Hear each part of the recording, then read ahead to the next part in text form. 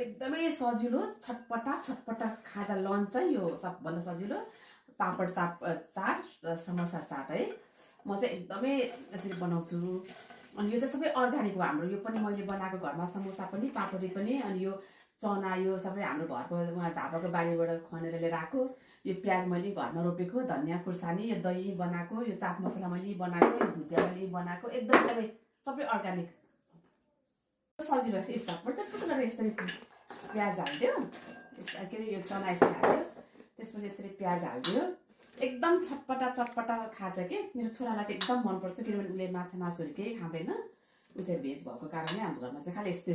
अनि फेरि मलाई चाहिँ एकदम सबै अर्ग्यानिक मनपर्छ। दही पनि आफैले हिजो बेलुका बनाएको, चना त आफ्नै अब झापा हिजो बेलुका राति घरमा बनाएको, एकदमै मिठो सबै यसरी हाल्ने। यो पनि हिजो राति नै घरमा अझै यसरी चाट मसला यसरी मजाले चाट हाल्ने। आज चाहिँ हाम्रो ऊ छुट्यो कि है बाबु, अनार छुट्यो होइन। यसरी मजाले चाट हालेपछि अनि त्यसपछि अब यो धनियाँ फेरि त्यो टपअप गरिदिने। ल, झटपटा चाट मसला घरमा सानो